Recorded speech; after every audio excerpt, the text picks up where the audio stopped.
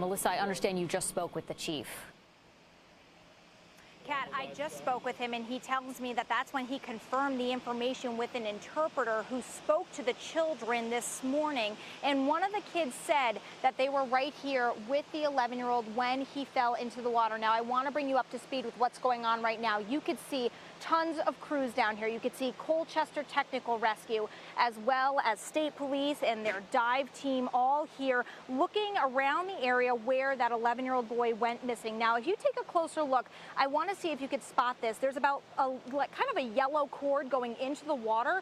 Just want to let you know that is the sonar technology that police are hoping can help in this case. What we did learn from Vermont State Police is this: there are more people driving on Vermont roadways than ever before. So you went almost 3 months without even seeing someone or knowing what was wrong with you. Should I even just ditch cycling altogether, not even try it?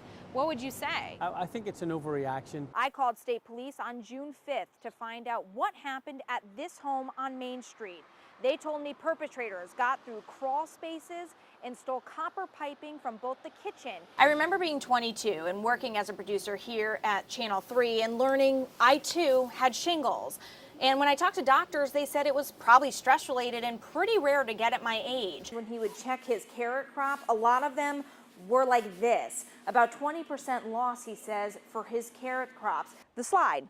And when we checked, it's already showing more than 130 degrees. Doctors say that's close to where your child would go home with a third-degree burn. This was donated by a local Rotary. So if you're wondering about the cost of some of these safety measures, the VNA says you do have options. Wait till you walk 10 feet into here, the Discovery Kitchen.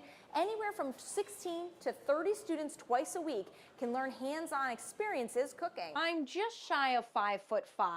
So standing next to JJ, he's about 4 feet, and that doesn't include when he gets up on the counter.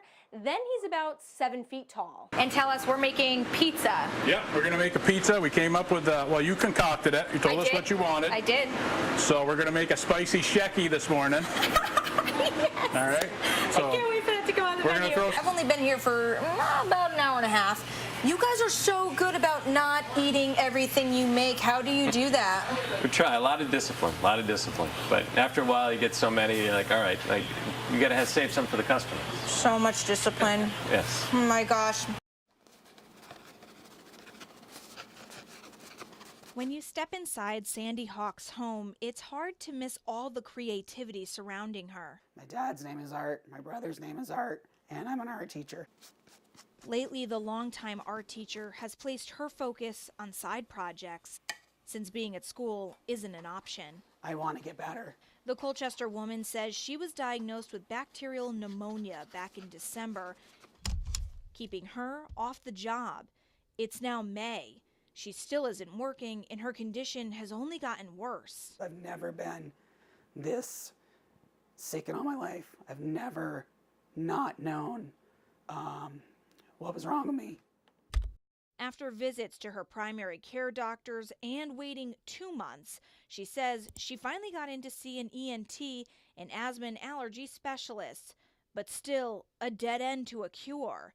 Now, doctors believe seeing a pulmonologist is the answer, but that she'll have to wait for until an appointment opens up this fall. September's a long way away for a pulmonologist appointment, and I'm going to be calling 3 to 4 times a day to go ahead and try to get in earlier. That is absolutely concerning. Dr. James Euliger is a primary care doctor in the UVM network.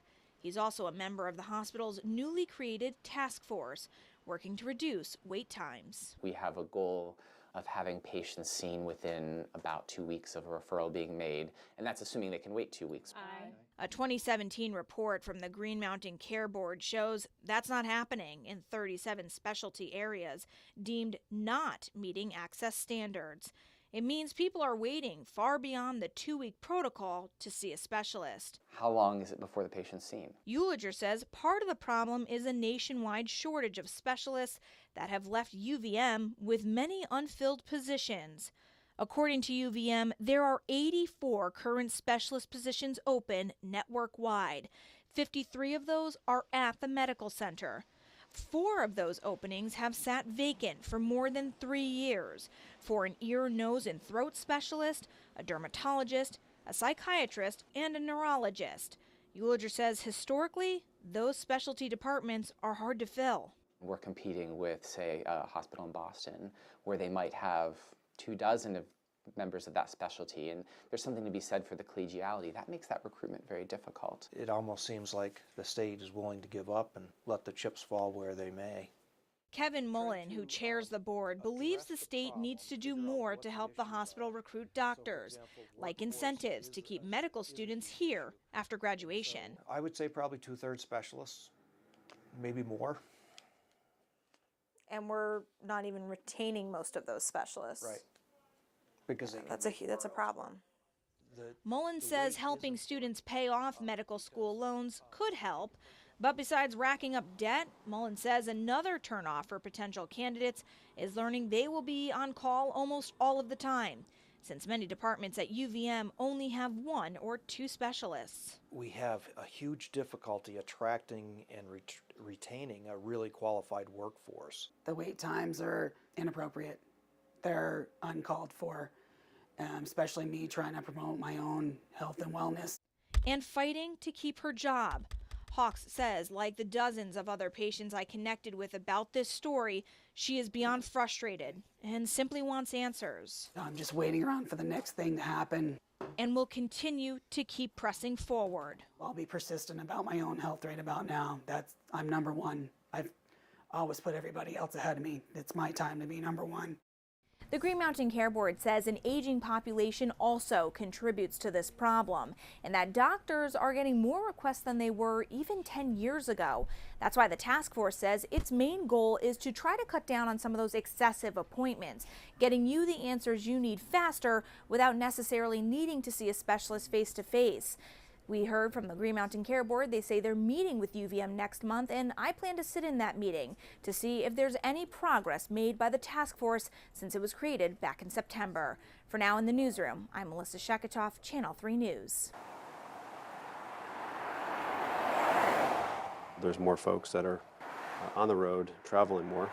It's probably easy to tell every day during your commute. Gas prices have something to do with that because there has been a significant decrease in gas prices, especially earlier this year. But more people on the road could mean more problems. The last couple of years, we're seeing sort of an uptick in traffic fatalities. Drivers or passengers dying on Vermont roads. Lieutenant John Flanagan is the safety programs coordinator for Vermont State Police. Here we are in 2017, and we still have folks that aren't wearing seatbelts. A new report from the state shows 56% of driving deaths happen because someone didn't want to buckle up.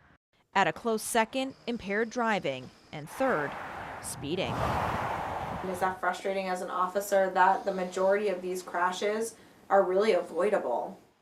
Absolutely. If we took those 3 factors out of our crashes, we would significantly decrease our fatalities. In the October 30th report, it shows crash-related deaths are up 7 compared to this time last year. A woman is dead and a driver is behind bars for allegedly drinking and driving. That November 9th death marks 60 so far for 2017, and police say they wouldn't be surprised if that number keeps going up. People have some sense of invincibility when they're in their vehicles. There are campaigns, programs, classes. There's even new technology like radar speed signs on Vermont highways to help. But are the roads the most dangerous to date? So we've been this high, if not higher. We have. I mean, we have, before 2000, we were, we didn't have a decade where we had less than 100 deaths on our highways. And Lieutenant Flanagan says that gives them hope that some state and law enforcement tactics are in fact working, but not enough. I think we struggle to reach a certain population in Vermont, as well as other parts of the country, that we're just not getting that message out. Melissa Sheketoff, Channel 3 News. Watch this video, it's very cool.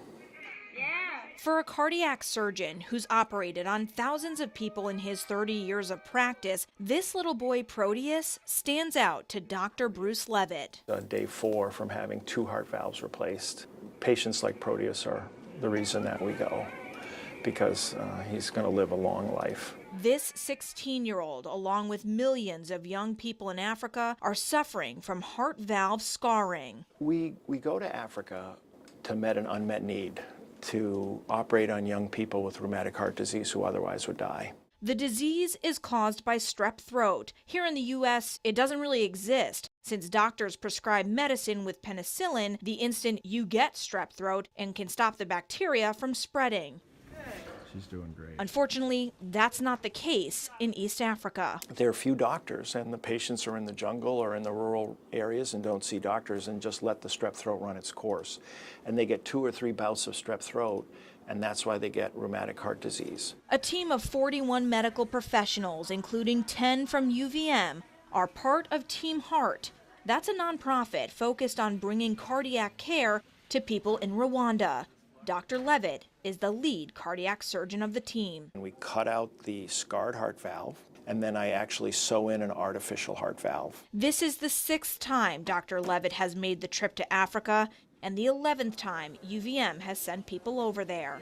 In medical school, did I ever think I'd be in Africa 30 years later operating on 16-year-olds? No, but it's provided a great career, for sure. While he feels a connection to every patient he has seen here in Vermont, he describes the need in Africa as something special. I've been fortunate in my life to have a great career, and I've been able to help people, obviously, at our hospital, but the ability to go to Africa and help people is just really a great thing. And looking back through his memories abroad, he says it never gets old. I think that's why I became a surgeon. I look forward to it every year with a labor of love, but when you do cases like Proteus and you see his look on his face, then you realize you went for the right reason. Besides the doctors volunteering their time, UVM Medical Center says that they donated all of the medicine and most of the equipment needed for all of those procedures. Dr. Levitt tells me that all of the patients this year were between 16 and 31 years old and are reportedly doing well after their surgeries. The team tells me they're already planning to go back to Rwanda in February of 2019. In the newsroom, Melissa Sheketoff, Channel 3 News.